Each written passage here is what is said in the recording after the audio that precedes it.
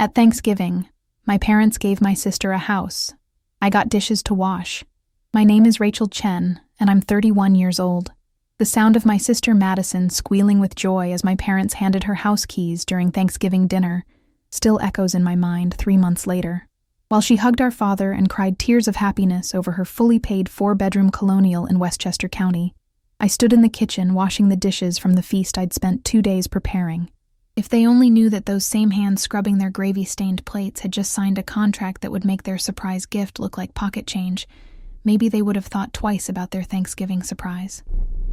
But before I tell you what happened when I finally stopped being the family doormat, hit that subscribe button and drop a like to hear how I turned a lifetime of being overlooked into my greatest revenge. Growing up in Scarsdale, New York, I learned early that birth order determined everything in the Chen household. Madison arrived 18 months after me, but from the moment she took her first breath, she became the sun around which our family's universe revolved. While I crawled around exploring every corner of our house, Madison smiled and cooed, instantly capturing our parents' hearts in ways my curiosity never could. My father, David, built a successful dental practice that provided our family with an upper-middle-class lifestyle in one of Westchester's most prestigious communities. My mother, Linda, worked as his office manager while maintaining our home with precision that would make Martha Stewart envious. They were loving parents who provided every advantage money could buy, but their attention always seemed to spotlight Madison while leaving me perpetually in the shadows. The pattern established itself during our elementary school years. Madison excelled at everything effortlessly, while I struggled to find my place. She made friends instantly, charmed teachers without trying, and brought home report cards filled with glowing comments about her personality and potential. Meanwhile, I worked twice as hard for half the recognition, earning solid grades that generated polite acknowledgement, while Madison's moderate achievements sparked family celebrations. When Madison joined the school choir in 4th grade, my parents attended every performance, recording her solos, and sharing videos with relatives across the country. That same year, I won the regional science fair with a project about renewable energy sources, but the trophy sat unnoticed on my bedroom shelf while Madison's participation ribbons decorated the living room mantel. The inequality became more pronounced as we entered middle school. Madison's social butterfly tendencies made her instantly popular, and our parents basked in the reflected glory of her acceptance by Scarsdale's most prominent families. Weekend sleepovers at our house became elaborate productions featuring catered snacks and entertainment systems my parents purchased specifically to impress Madison's friends. I preferred smaller gatherings focused on shared interests rather than social status, but my friendships with academically minded classmates received minimal parental attention. When I asked to have friends over for science club meetings, my mother worried about the mess and suggested we meet at the library instead. High school crystallized the dynamic that would define our family relationships for decades. Madison joined the cheerleading squad, student government, and drama club, collecting leadership positions and social recognition that made our parents glow with pride. I focused on academics, volunteering, and building skills that would matter for college applications, but my achievements felt invisible compared to Madison's social triumphs. The college application process revealed the depth of our parents' favoritism in ways I hadn't fully understood before. Madison's moderate grades and impressive extracurricular activities earned enthusiastic support from our parents, who hired expensive consultants and tutors to maximize her chances at prestigious schools.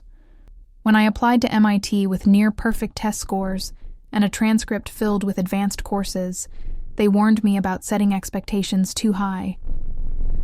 Engineering is very competitive, my father explained over dinner during senior year. Maybe you should consider some backup options in case the top schools don't work out. Madison had applied to fashion merchandising programs at schools where her GPA barely met admission requirements, but our parents spoke about her applications with confidence that success was inevitable. Madison has such natural charm, my mother gushed. Admissions committees are going to love her personality. The acceptances arrived within weeks of each other, creating a contrast that summarized our entire relationship. MIT welcomed me with academic merit scholarships that covered nearly full tuition. Madison gained admission to Fashion Institute of Technology with no financial aid. Guess which acceptance generated the family celebration? They threw Madison a party complete with flowers, a professional photographer, and relatives who traveled from 3 states to commemorate her achievement. My MIT acceptance earned congratulations during a hurried breakfast before everyone rushed off to plan Madison's festivities. "We're so proud of both our girls," my mother announced at Madison's party, an afterthought that felt more obligatory than genuine. College provided blessed separation from the constant comparisons, allowing me to discover my potential without familial overshadowing. MIT's rigorous engineering program challenged me in ways that revealed capabilities I'd never fully developed at home. Away from Madison's shadow, I found confidence in my analytical mind and passion for problem-solving. My roommate Sarah became the sister I'd never had, someone who celebrated my successes without qualification or comparison. When I earned Dean's List recognition, she posted congratulations on social media and insisted we celebrate with dinner at our favorite Cambridge restaurant. The experience of having someone genuinely excited about my achievements felt foreign after years of polite acknowledgement at home. Meanwhile, Madison struggled through fashion school, changing majors twice before settling on marketing. Our parents provided emotional and financial support through every transition, flying to New York monthly to take her shopping and boost her confidence. When I called home stressed about challenging coursework, they reminded me that I'd chosen a difficult path and should consider whether engineering was really the right fit. The contrast became absurd during family visits. Madison's stories about internships at fashion magazines and networking events with industry professionals generated hours of fascinated discussion. My research projects, developing sustainable energy solutions for developing countries, received polite nods before conversation shifted to Madison's latest adventures. Graduate school at Stanford deepened both my expertise and my isolation from family dynamics. I was beginning to understand more clearly. The distance provided perspective on patterns I'd accepted as normal throughout childhood. Other students shared family stories that included pride in academic achievements, parental interest in research projects, and celebration of intellectual curiosity. I realized that healthy families didn't operate on scarcity models where one child's success diminished another's worth. Yet, the Chen family dynamic seemed built on the assumption that Madison's social gifts and my academic abilities existed in competition rather than complement. The revelation coincided with my developing expertise in renewable energy technology, specifically solar panel efficiency improvements that could revolutionize residential and commercial applications. My thesis research attracted attention from venture capital firms interested in commercializing innovations with massive market potential. During this period, Madison graduated from FUT and moved back home while pursuing entry-level positions in New York's competitive fashion industry. Our parents converted the entire second floor into a luxury apartment complete with updated kitchen, bathroom, and living space. When I visited for winter break, I stayed in my unchanged childhood bedroom, while Madison enjoyed accommodations that rivaled upscale hotels. "Madison needs space to decompress from job hunting stress," my mother explained, as if the explanation justified the dramatic inequality in treatment. That same visit, I shared news about venture capital interest in my research, describing meetings with investors who saw commercial potential worth millions in patent applications. The conversation lasted approximately 3 minutes before shifting to Madison's interview with a boutique marketing firm. The pattern continued through my final year of graduate school. Every professional milestone I achieved received perfunctory acknowledgement, while Madison's career struggles generated family mobilization. When she didn't receive job offers after several interviews, our parents hired a career consultant and expanded their financial support to cover her living expenses indefinitely. When I received offers from 3 major tech companies with starting salaries that exceeded most families' household incomes, the family discussion focused on which offer would provide the best work-life balance, rather than celebrating the achievement itself. I chose a position with Tesla's energy division in Palo Alto, drawn by opportunities to work on utility-scale solar projects that could impact climate change meaningfully.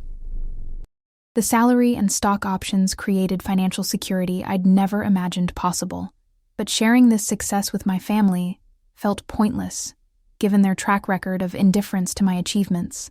Instead, I minimized the position during family conversations, describing it as a good entry-level job with decent benefits. This seemed safer than risking their dismissal of something I cared deeply about. Meanwhile, Madison finally landed a position as a social media coordinator for a small fashion brand in Manhattan.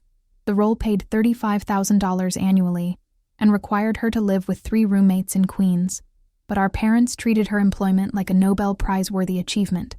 They threw another celebration dinner, invited extended family, and spent the evening discussing Madison's bright future in fashion marketing. When relatives asked about my work, my parents provided vague descriptions of my engineering job, while quickly redirecting conversations back to Madison's exciting new career. The emotional toll of this dynamic intensified as I began achieving recognition in my field. Within 18 months at Tesla, I'd contributed to innovations that improved solar panel efficiency by 12%, patents that positioned the company for major contracts with utilities nationwide. Industry publications featured my research, and I received invitations to speak at renewable energy conferences. Yet my family remained oblivious to these accomplishments because I'd learned to protect them from potential dismissal. When I mentioned speaking at conferences, my parents assumed I meant small academic gatherings rather than industry events attended by thousands of professionals. The disconnect between my professional reality and family perception created a strange double life. Colleagues respected my expertise and sought my input on complex technical challenges. Family members still treated me as the studious daughter who'd found decent work, but lacked Madison's charisma and social intelligence. This contrast became particularly painful during Madison's brief engagement to Trevor, a finance professional she'd met through her fashion industry connections. The 6-month relationship generated more family excitement than my entire educational and professional journey combined. Wedding planning consumed family conversations for months, with my parents contributing financially and emotionally to engagement parties, venue tours, and dress shopping expeditions. When the relationship ended amicably, they provided comfort and support, while encouraging Madison to remain open to new romantic possibilities. My own dating life received minimal attention despite a serious relationship with Daniel, a fellow engineer whose kindness and intelligence had captured my heart. When I brought him home for holidays, my parents were polite but distracted, asking basic questions about his work, before shifting focus back to family members they found more interesting. The pattern reached its breaking point during Madison's brief stint as a freelance marketing consultant. When her first client couldn't pay their invoice, our parents immediately provided emergency financial assistance and helped her develop strategies for finding reliable clients. That same month, I received notification that my patents had been licensed to 3 major solar manufacturers, generating royalty payments that would supplement my salary substantially.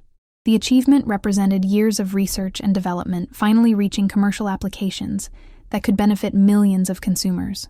I called home to share the news, feeling momentarily optimistic about their potential response. "That's nice, dear," my mother said distractedly. "Listen, Madison is having some challenges with difficult clients. Do you know anything about contract law that might help her?" The conversation lasted 15 minutes, with 2 minutes devoted to my patent licensing and 13 minutes focused on Madison's business challenges. I hung up feeling more invisible than ever, wondering why I continued seeking validation from people who seemed constitutionally incapable of providing it. That night, I made a decision that would reshape our family dynamic permanently. If they couldn't appreciate my successes when they were shared openly, perhaps they'd notice them when the stakes became impossible to ignore. I began developing a business plan that would leverage my patents and industry connections into an independent venture. The solar energy market was exploding, and my innovations positioned me perfectly to capture significant market share with proper execution and funding. Within 6 months, I'd incorporated Pacific Solar Innovations and secured initial funding from venture capital firms impressed by my technical expertise and patent portfolio.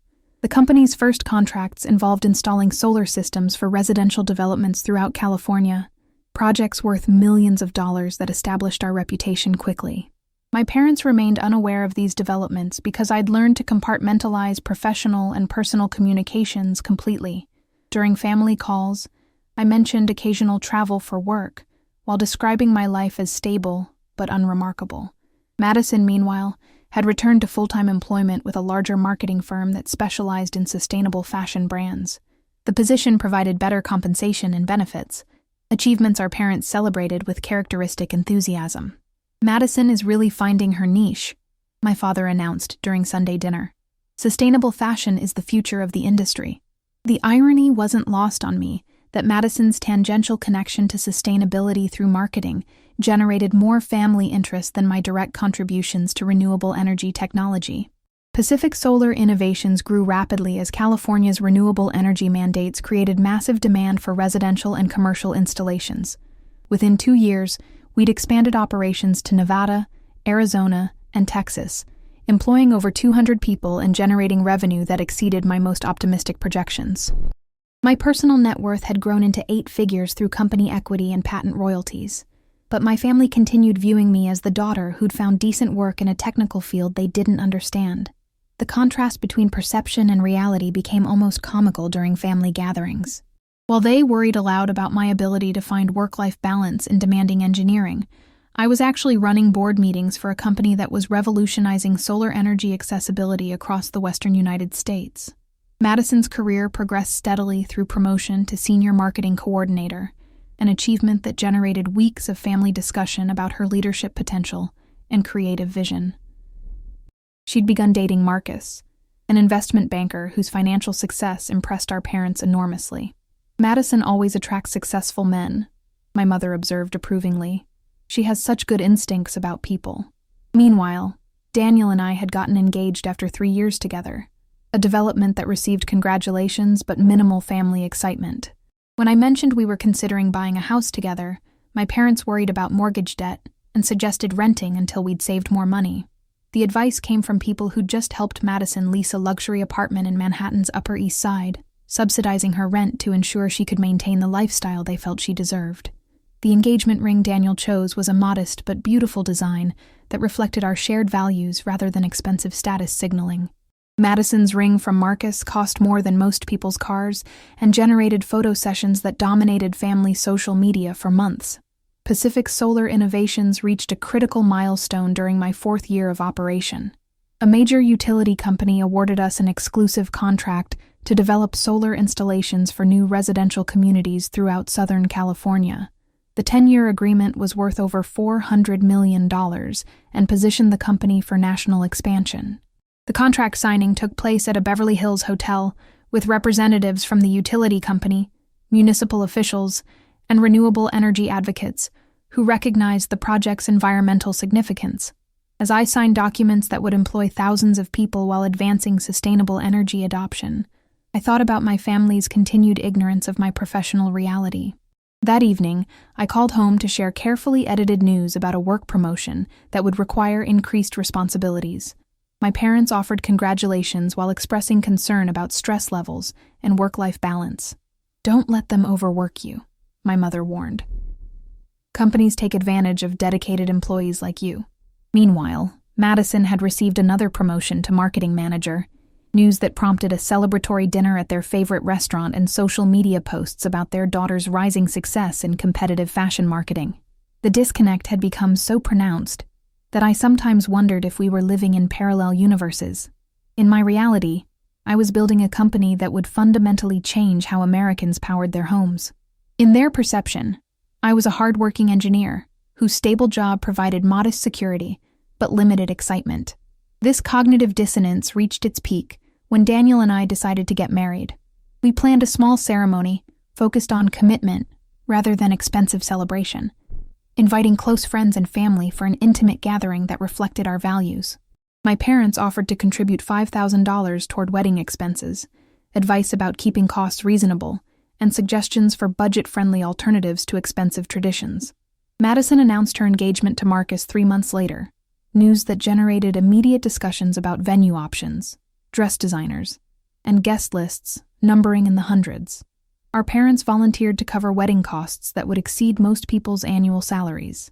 "Madison deserves a fairy tale wedding," my mother explained when I questioned the disparity. "She's always dreamed of a big celebration." The explanation revealed their fundamental misunderstanding of both daughters. They assumed I didn't want recognition or celebration because I'd learned not to expect it from them. Meanwhile, Madison received endless support because they'd convinced themselves she needed more encouragement to succeed. Daniel and I married in a small ceremony at a vineyard in Sonoma County, surrounded by friends who understood our professional achievements and personal values. The wedding was perfect because it reflected who we actually were, rather than performing for family expectations. Madison's wedding 6 months later resembled a royal celebration, complete with designer everything, celebrity planners, and reception at one of Manhattan's most exclusive venues. Our parents glowed with pride as they hosted hundreds of guests in an event that generated professional photography and social media coverage that lasted for months. The contrast between our weddings symbolized everything about our family dynamic. Madison received fairy tale celebration while I got practical support that came with lectures about fiscal responsibility. Yet I was beginning not to care about their approval in ways that surprised me. Daniel's love and respect, combined with professional recognition from people who understood my work, had created emotional security that didn't require parental validation. Pacific Solar Innovations continued expanding as federal tax incentives and state mandates created unprecedented demand for renewable energy solutions. We'd opened offices in 12 states and partnered with major residential developers to integrate solar installations into new construction projects nationwide. My personal wealth had grown to levels that made family concerns about my financial stability absurd, but I maintained the same careful privacy that had become automatic after years of having achievements dismissed or minimized. The revelation that would finally shatter their misperceptions began with a phone call from Madison 3 weeks before Thanksgiving. She and Marcus were house hunting in Westchester County, hoping to find something near our parents that would allow easy visits while maintaining their independence as newlyweds. "The market is so expensive," she complained during our rare sister-to-sister conversation. "Even with Marcus's salary and my income, we're looking at mortgage payments that would stretch our budget uncomfortably." I listened sympathetically while calculating that my quarterly dividend payments exceeded their combined annual salaries. The irony felt familiar, but no longer painful. I'd stopped expecting them to understand my financial reality years earlier. 2 weeks before Thanksgiving, Madison called again with exciting news. Our parents had surprised her and Marcus by offering to purchase a house for them as a wedding gift. Not a down payment contribution, but a fully paid mortgage on a 4-bedroom colonial in an exclusive Westchester neighborhood. "Can you believe it?" she squealed with excitement. "They're buying us a house, a whole house." Marcus almost cried when Dad showed us the listing. The house cost $750,000, representing the most generous gift our parents had ever given anyone. Madison described every detail of their future home, while I listened with emotions I couldn't fully identify. Part of me felt happy for her genuine excitement. Part of me felt sad about the continued inequality in their treatment. But mostly, I felt curious about what Thanksgiving dinner would be like when they presented their surprise gift in front of the extended family. "Are they announcing it at Thanksgiving?" I asked. "Yes. They want to surprise everyone during dinner." Can you imagine Grandma's face when she finds out? I could indeed imagine everyone's faces, including my own, as I pretended this kind of generosity was normal, while knowing I'd never received anything approaching similar support. That night, Daniel and I discussed whether to attend Thanksgiving dinner, knowing what theatrical gift-giving performance awaited. "It's going to be brutal to watch," I admitted. "Another public celebration of Madison while I smile and pretend this is normal family behavior." "We could skip it," Daniel suggested gently. "Visit my family instead, or just stay home and create our own traditions." The idea appealed to me more than I wanted to admit, but avoiding the gathering would generate questions and concerns that seemed more exhausting than enduring another display of parental favoritism. "I'll go," I decided, "but this is probably the last Thanksgiving I'll spend pretending their behavior is acceptable." The decision felt final in ways I hadn't anticipated. Something was shifting in my tolerance for family dynamics I'd accepted for 31 years. Thanksgiving morning arrived with unseasonably warm weather and my usual sense of dread about family gatherings.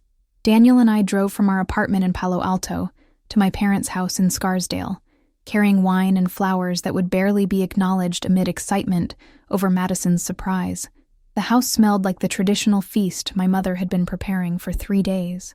Turkey, stuffing, cranberry sauce, and pumpkin pie filled every available counter space while extended family members arrived throughout the afternoon. Madison and Marcus appeared perfectly groomed and glowing with anticipation about their impending surprise. They'd driven up from Manhattan that morning, arriving precisely on time to maximize the dramatic impact of my parents' announcement. As always, I found myself assigned to kitchen duty, while Madison entertained relatives in the living room.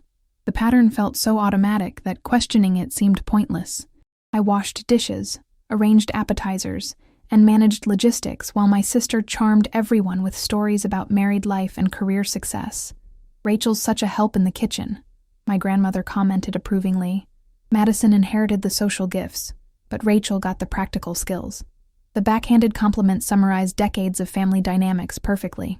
Madison received celebration for personality, while I got acknowledgement for usefulness.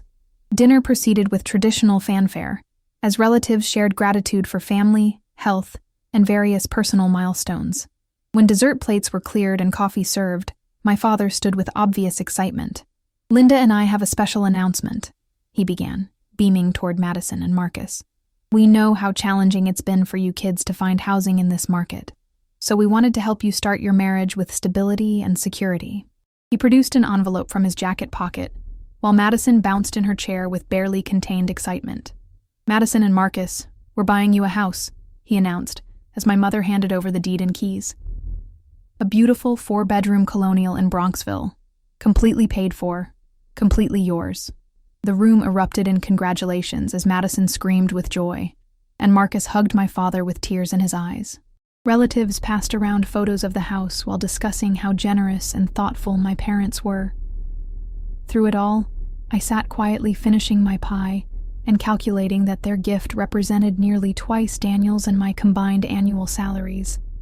Despite the fact that Pacific Solar Innovations had generated enough revenue last quarter to buy their entire neighborhood. After the excitement died down and conversations resumed, I excused myself to begin washing dinner dishes. Standing at the kitchen sink, watching soapy water swirl down the drain, I made a decision that would end 31 years of accepting invisibility. Tomorrow, I would stop hiding who I'd become. The morning after Thanksgiving arrived with crisp November air and a clarity I hadn't felt in years. Daniel found me in our home office at 6 a.m., reviewing quarterly reports from Pacific Solar Innovations while sipping coffee and watching the sunrise over San Francisco Bay. "You're up early," he observed, settling beside me with his own mug. "How are you feeling about yesterday?" "Like I'm done," I said simply. Done pretending. Done minimizing myself. Done watching them celebrate Madison's every breath while treating my achievements like background noise. Daniel studied my face carefully. "What does that mean, practically speaking?" I turned my laptop screen toward him, displaying Pacific Solar's third-quarter financial summary. Revenue had exceeded $48 million, with net profits that put us on track for our most successful year yet. The company I'd built from patents and determination now employed over 300 people across 15 states. "It means they're about to learn who their daughter actually is," I said, "whether they're ready or not." The plan I'd been subconsciously developing for months crystallized over the weekend. Instead of gradually revealing my success or hoping they'd eventually notice my achievements, I would orchestrate a revelation that made denial impossible. The solar industry's largest trade conference was scheduled for December in Las Vegas, where I was delivering the keynote address about residential renewable energy innovation. The speech would be covered by major business publications and broadcast live to industry professionals worldwide. More importantly, it would establish my public profile as CEO of one of America's fastest-growing clean energy companies. "I'm going to invite them to the conference," I told Daniel over breakfast. "Not as my parents, but as potential investors interested in sustainable energy. They'll attend my keynote speech without knowing I'm the speaker." Daniel raised his eyebrows. "That's either brilliant or potentially devastating." "Probably both," I admitted. "But I'm tired of protecting them from reality." They gave Madison a $700,000 house, while worrying about my ability to handle mortgage payments. It's time they understood exactly how wrong their assumptions have been. Monday morning brought a phone call to my mother, carefully scripted to seem casual. "Hi, Mom.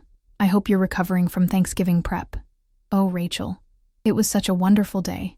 Madison is still calling every hour to thank us for the house.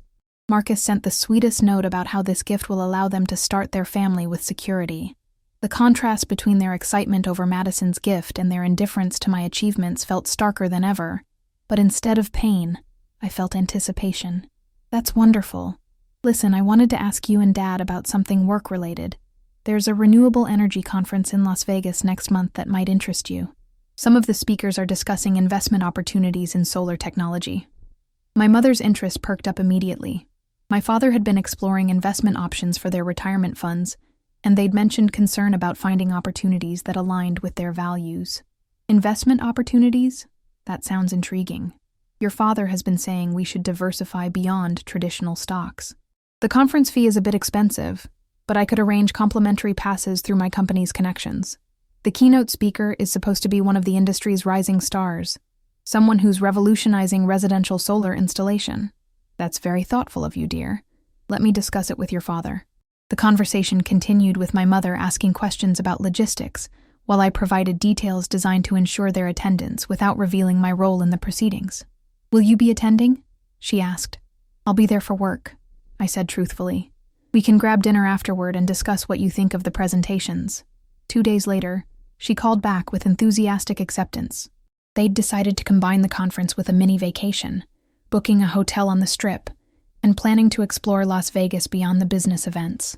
Your father is particularly excited about the investment angle, she reported. He's been researching solar companies online and thinks renewable energy might be perfect for our portfolio. The irony of my father researching solar investments while remaining oblivious to his daughter's leadership position in the industry felt like poetic justice. Over the following weeks, I refined my keynote presentation, while Pacific Solar Innovations finalized year-end projections that exceeded our most optimistic forecasts. The company's success had attracted acquisition interest from major energy corporations, offers that would have made me wealthy beyond imagination, even without my existing equity position. But financial success had become secondary to the emotional freedom that honesty would provide. 31 years of accepting invisibility had created internal architecture that required dismantling, and this conference represented the perfect demolition tool. Madison called me the week before the Las Vegas trip, her voice bubbling with excitement about house shopping and furniture selection. I can't believe Mom and Dad bought us a house, Rachel. A whole house. Marcus keeps saying he feels like the luckiest man alive. It's incredibly generous, I agreed, calculating that my quarterly dividend payments could have purchased their house outright without affecting my lifestyle. I know you probably feel left out, Madison continued with uncharacteristic awareness. But you know how Mom and Dad are. They worry about Marcus and me because we're more spontaneous, I guess. You've always been so responsible and practical. They trust you to figure things out on your own. Her explanation revealed the family mythology that had justified decades of unequal treatment. I was the responsible one who didn't need help, support, or celebration. Madison was the free spirit who required constant assistance and encouragement. Have you ever considered that maybe I'd like some recognition too? I asked gently. Of course you would, but you're doing so well already. You have your stable job, your nice apartment, Daniel who adores you. Marcus and I are just getting started. The conversation crystallized everything wrong with our family dynamic. My success was invisible because it didn't fit their narrative about who needed attention and who could manage independently. You're right, I said. I guess I have been fortunate. See? You're so level-headed about everything. I'm sure when you and Daniel are ready to buy a house, Mom and Dad will help you too. After hanging up, I sat in my Palo Alto office overlooking the conference room, where I'd negotiated deals worth hundreds of millions of dollars, marveling at the gap between perception and reality. The Las Vegas conference approached with increasing media attention. Industry publications featured preview articles about my keynote address, describing Pacific Solar Innovations as a disruptive force, reshaping residential renewable energy. Forbes had scheduled an interview about my journey from engineer to CEO, while Bloomberg planned coverage of our expansion into commercial solar installations. My parents remained blissfully unaware of this media attention because they'd never shown interest in my professional field. If I'd been a fashion designer or marketing executive like Madison, they might have noticed industry publications featuring their daughter. But renewable energy existed outside their sphere of curiosity.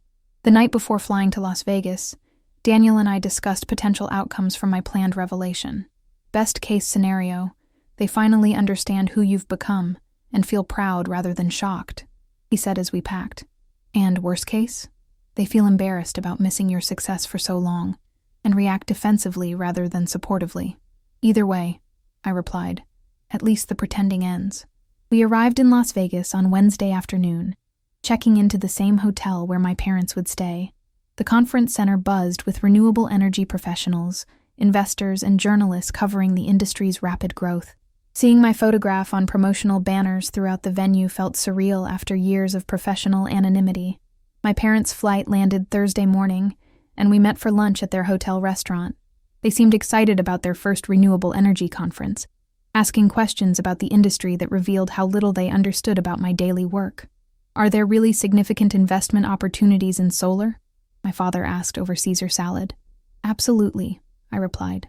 "The residential market alone is projected to grow by 300% over the next 5 years. Early investors in innovative companies are seeing remarkable returns." "What makes a solar company innovative?" my mother inquired. I spent 20 minutes describing technological improvements, installation efficiency gains, and market expansion strategies that comprised Pacific Solar's competitive advantages. They listened with genuine interest, asking follow-up questions that demonstrated engagement I'd never experienced when discussing my work. "You seem to know quite a bit about this industry," my father observed. "I had no idea your engineering background included renewable energy." "There's a lot about my work you don't know," I said truthfully. Thursday evening's opening reception provided networking opportunities with industry leaders who knew me as CEO rather than someone's overlooked daughter. The contrast felt liberating as colleagues sought my perspectives on market trends and policy implications. My parents mingled awkwardly among groups discussing technical concepts and business strategies beyond their expertise. I introduced them to several people as my guests without specifying our relationship, allowing them to experience my professional reputation without family context. "Everyone seems to know you," my mother commented as we prepared to leave. "It's a relatively small industry," I explained. "People tend to recognize each other at these events." Friday morning arrived with nervous energy as I prepared for the keynote address that would end years of family secrecy. My presentation was scheduled for 10 a.m. in the main ballroom, with over 2,000 attendees, including my unsuspecting parents.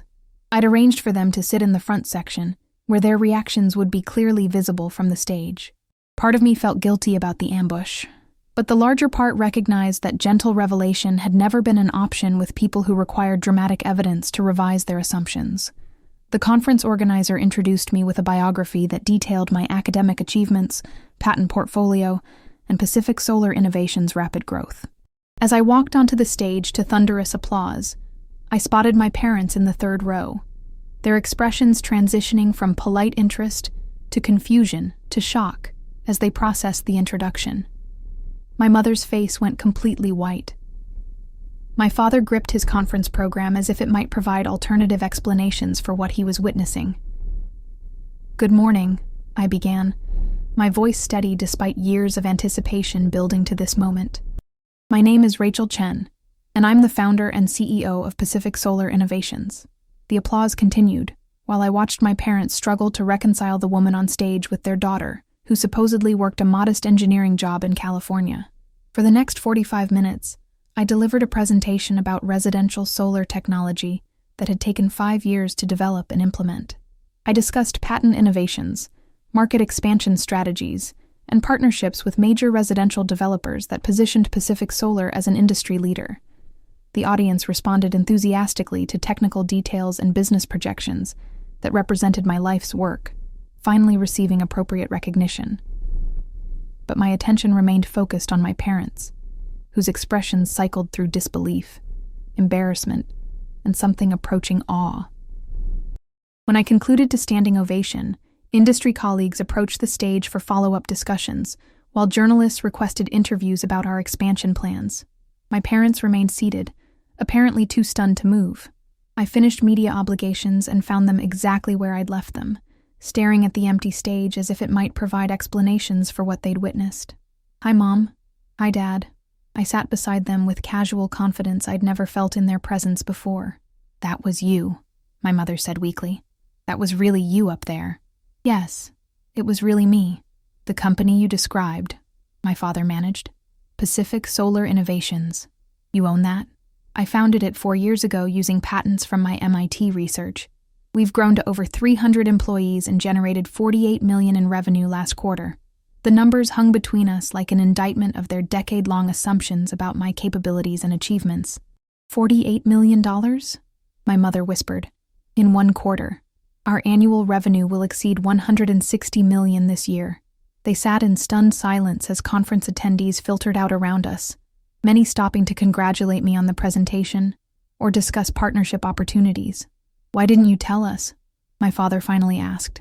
The question I'd been preparing to answer for years arrived with surprising calmness.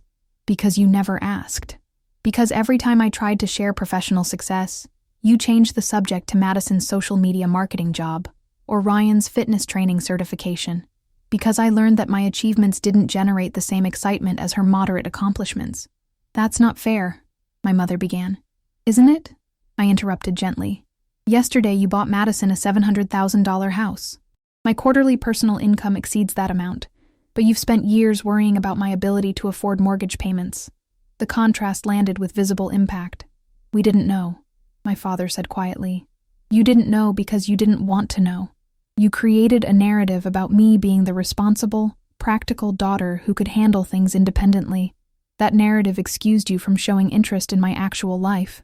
We're interested in your life, my mother protested. When was the last time you asked detailed questions about my work? When was the last time you showed curiosity about my research or business strategies? You've attended every one of Madison's social events but never asked about my conference presentations or patent applications. The questions created uncomfortable silence as they processed years of differential treatment. We're proud of you, my father said finally. Are you proud of me? Or are you proud of discovering I'm more successful than you assumed? The distinction felt crucial to establish. Both, he admitted with unexpected honesty. Over lunch, I shared details about Pacific Solar's development that I'd been concealing for years. The venture capital funding, the major utility contracts, the expansion into commercial installations that positioned us for national growth. Each revelation deepened their understanding of how dramatically they'd misperceived my professional reality. I keep thinking about all the conversations we could have had, my mother said over dessert. All the times you must have wanted to share exciting news that we weren't ready to hear. It wasn't that you weren't ready, I corrected. It's that you weren't interested. There's a difference. How do we fix this? My father asked. The question suggested genuine desire for reconciliation rather than defensive justification of past behavior. By recognizing that both your daughters have achieved things worth celebrating. By asking questions about my work with the same enthusiasm you show for Madison's career. By understanding that success takes different forms and requires equal recognition. What about Madison? My mother asked carefully. How do we handle the disparity in treatment? The question I'd been anticipating for months finally arrived with surprisingly little emotional charge. Madison doesn't need to know the details of my financial position, I said, but she should understand that I've built something significant too. The house you bought her was incredibly generous, but it shouldn't be the only major family celebration this year. What kind of celebration would be appropriate? My father asked. Recognition? Interest? Questions about my goals and challenges. Treat my relationship with Daniel with the same respect you show Madison and Marcus. Acknowledge my expertise instead of assuming I need advice about basic life management. The conversation continued through the afternoon, as we explored ways to rebuild relationships based on mutual understanding rather than outdated assumptions. They asked detailed questions about renewable energy technology, Pacific Solar's business model, and my vision for the company's future. For the first time in memory, I had their complete attention focused on my professional achievements rather than their concerns about my personal limitations. The house we bought, Madison, my mother said as we prepared to leave Las Vegas. Does that seem unfair given what you've accomplished independently? The question revealed growing awareness of the inequality they'd maintained for decades. It seems consistent with how you've always treated us differently, I replied honestly. But I don't need you to buy me a house. I need you to celebrate my successes with the same enthusiasm you've always shown for hers. We want to do better, my father said firmly. We want to understand both our daughters as they actually are, rather than as we assumed they should be. Flying back to California, Daniel and I processed the weekend's emotional complexity. How do you feel? He asked as we watched Nevada desert give way to California mountains. Lighter, I said, surprising myself with the admission. Like I don't have to carry the weight of their misperceptions anymore. What happens now with your family relationships? We find out whether they can actually change their behavior or just feel guilty about past mistakes without addressing underlying patterns. The test came sooner than expected. Madison called the following Tuesday, her voice carrying emotions I couldn't immediately identify. Mom told me about your conference speech, she began. She said you're the CEO of a major solar company. I am. Why didn't you tell me? We're sisters. The hurt in her voice revealed how family secrecy had affected relationships beyond my parents. Because I learned early that my achievements didn't generate excitement in our family. Because watching you receive celebration for moderate success, while my major accomplishments went unnoticed, became too painful to bear. I never knew you felt that way. You never asked. None of you asked. The conversation lasted an hour, as Madison processed years of family dynamics she'd never questioned. To her credit, she seemed genuinely disturbed by the inequality, rather than defensive about benefits she'd received. I always assumed Mom and Dad treated us the same, she admitted. I never noticed how they responded differently to our achievements. They've trained you not to notice, I observed. You've received so much attention and support that you assumed everyone got equal treatment. What can I do to fix this? The question suggested potential for genuine sisterly relationship, rather than competition for parental approval. Acknowledge that I've built something worth celebrating. Ask about my work with genuine interest. Stop assuming I don't need recognition just because I've learned to survive without it. 3 months after the Las Vegas conference, family dynamics had shifted in ways I couldn't have predicted. My parents attended Pacific Solar's ribbon-cutting ceremony for our new headquarters, beaming with pride as local business media covered the expansion.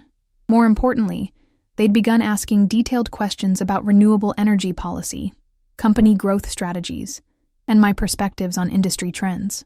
The conversations I'd craved for years finally became possible once they recognized my expertise as legitimate.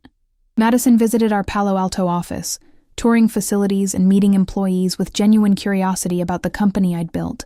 She'd begun incorporating sustainability themes into her marketing work, crediting our conversations about renewable energy for inspiring new professional directions. I'm proud of my sister, the CEO, she posted on social media alongside photos from her office visit.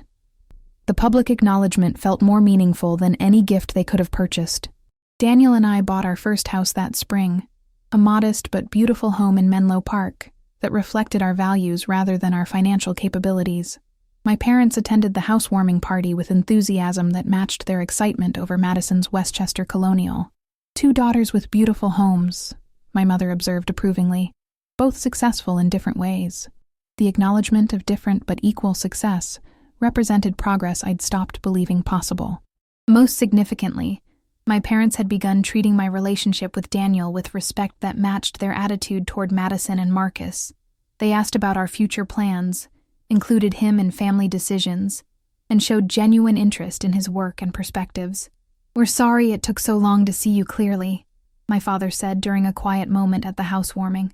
"We're proud of the woman you've become, and we should have been saying that for years." The apology meant more than any gift they could have given me. Pacific Solar Innovations continued growing as federal renewable energy incentives accelerated market demand beyond our projections. We'd expanded to 22 states and begun partnerships with major home builders to integrate solar installations into new construction projects nationwide. The financial success felt satisfying, but the emotional growth felt transformative. Years of seeking validation from people who couldn't provide it had ended with the recognition that authentic relationships require mutual understanding and respect. The little girl who'd washed dishes while her sister received a house had grown into a woman who could buy any property she wanted. But more valuable than financial independence was the knowledge that her family finally saw her worth, not as the practical daughter who didn't need attention, but as someone whose achievements deserved equal celebration. 6 months after the conference revelation, we gathered for Thanksgiving at my parents' house. This time, when Madison shared updates about her career and new home, the conversation naturally flowed to questions about Pacific Solar's latest contracts and expansion plans. Rachel's company just signed a partnership with California's largest home builder, my father announced to assembled relatives. They're installing solar systems in every new residential development statewide. The pride in his voice felt like recognition I'd waited 3 decades to receive. After dinner, as I helped clear dessert plates, my mother joined me in the kitchen with an observation that captured everything about our transformed relationship. "This year we're all thankful for different reasons," she said. "Madison for her new home and marriage, you for building something extraordinary that we're finally smart enough to appreciate, and me for finally having the courage to stop hiding who I'd become," I added. Standing in the same kitchen where I'd washed dishes alone the previous year, surrounded by family members who now understood my worth, I felt grateful for the journey that had led to authentic connection. Sometimes the greatest gift isn't what your family gives you, but the recognition you finally demand for yourself. What about you? Have you ever felt invisible in your own family's eyes? Have you achieved things that went unrecognized by the people whose opinions mattered most? Share your story in the comments below, and remember to like and subscribe for more real stories about finding your voice and demanding the recognition you deserve. Thanks for joining me today.